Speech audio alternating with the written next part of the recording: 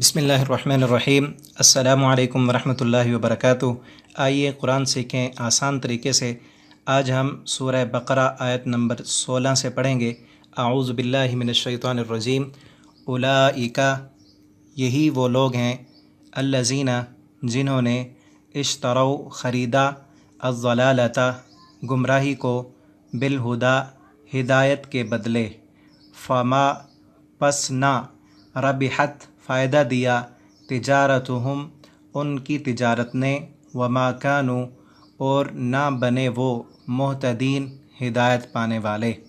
اللہ تعالیٰ فرماتے ہیں یہی لوگ، جن منافقوں کا ذکر پیچھے ہو رہا ہے کہ یہی وہ لوگ ہیں جنہوں نے ہدایت کو بیچ کر گمراہی کو خرید لیا ہے۔ بس ان کی یہ ایسی تجارت ہے جس تجارت میں ان کو کوئی فائدہ ملنے والا نہیں ہے۔ اب اس آیت کے جو الفاظ ہماری اردو زبان میں استعمال ہوتے ہیں ان کی وضاحت نیچے دیکھ لیں، اردو میں مستعمل ہونے والے الفاظ۔ اگلی آیت پڑھیں۔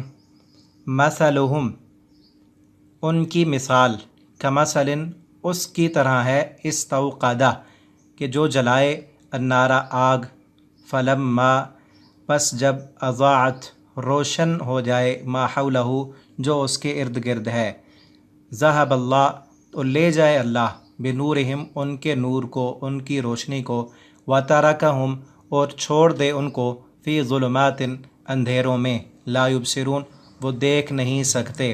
اللہ تعالیٰ نے ان کی مثال اس طرح دی ہے کہ جو بندے آگ جلائیں اور ان کے ارد گرد سارا ماحول جو ہے وہ روشن ہو جائے، ما حولہ، ہم بھی ماحول بولتے ہیں، سارا ماحول روشن ہو جائے، اور پھر اچانک ان کی جلائی ہوئی آگ وہ روشنی چلی جائے تو بالکل اندھیرا چھا جاتا ہے۔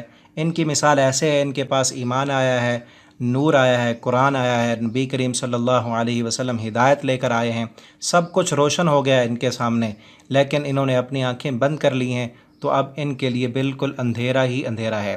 اس آیت کے جو الفاظ اردو میں استعمال ہوتے ہیں ان کی وضاحت دیکھ لیں۔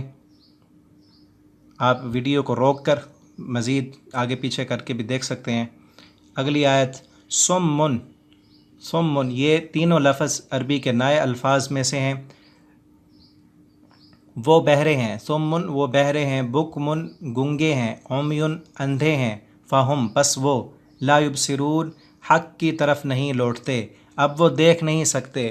ان کی آنکھیں ہیں لیکن حق نہیں دیکھتے، ان کی زبانیں ہیں لیکن حق نہیں بولتے تو گنگے ہیں، ان کے کان ہیں اور حق کو وہ نہیں سنتے تو وہ بہرے ہیں، فہم لا یبصرون، پس اب وہ حق کو نہیں دیکھ سکیں گے۔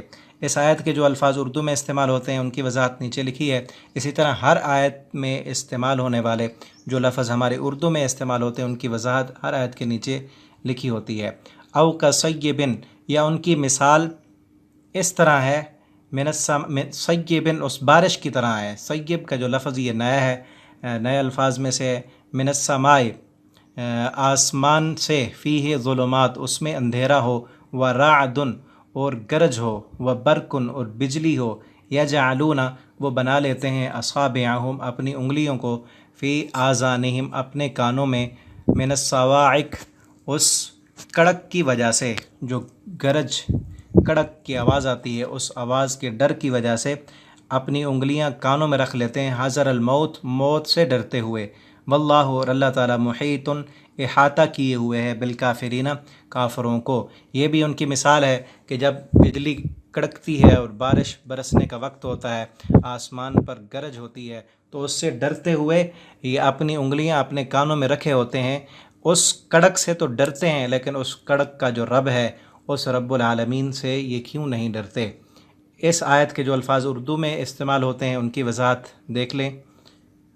یکاد البرق، قریب ہے کہ برق، وہ بجلی، یخطف، اچک لے، یہ نیا لفظ ہے، یخطف، اچک لے، ابصارہم، ان کی آنکھوں کو، ان کی بصارت کو، کلما، جب بھی، اضاع، روشنی ہوتی ہے، لہم، ان کے لیے، مشوا، تو چل پڑتے ہیں، فی ہے، اس میں، وَإِذَا، اور جب، اظلم، اندھیرا ہوتا ہے، علیہم، ان پر، قاموا، تو ٹھہر جاتے ہیں، وَلَوْ شَاءَ اللہ، اور اگر چاہتا اللہ، لَذَهَبَ، تو البتہ ضرور لے جاتا، بِسَمْعِهِمْ، ان کی سماعت کو، ان کے کانوں کی سماعت کو،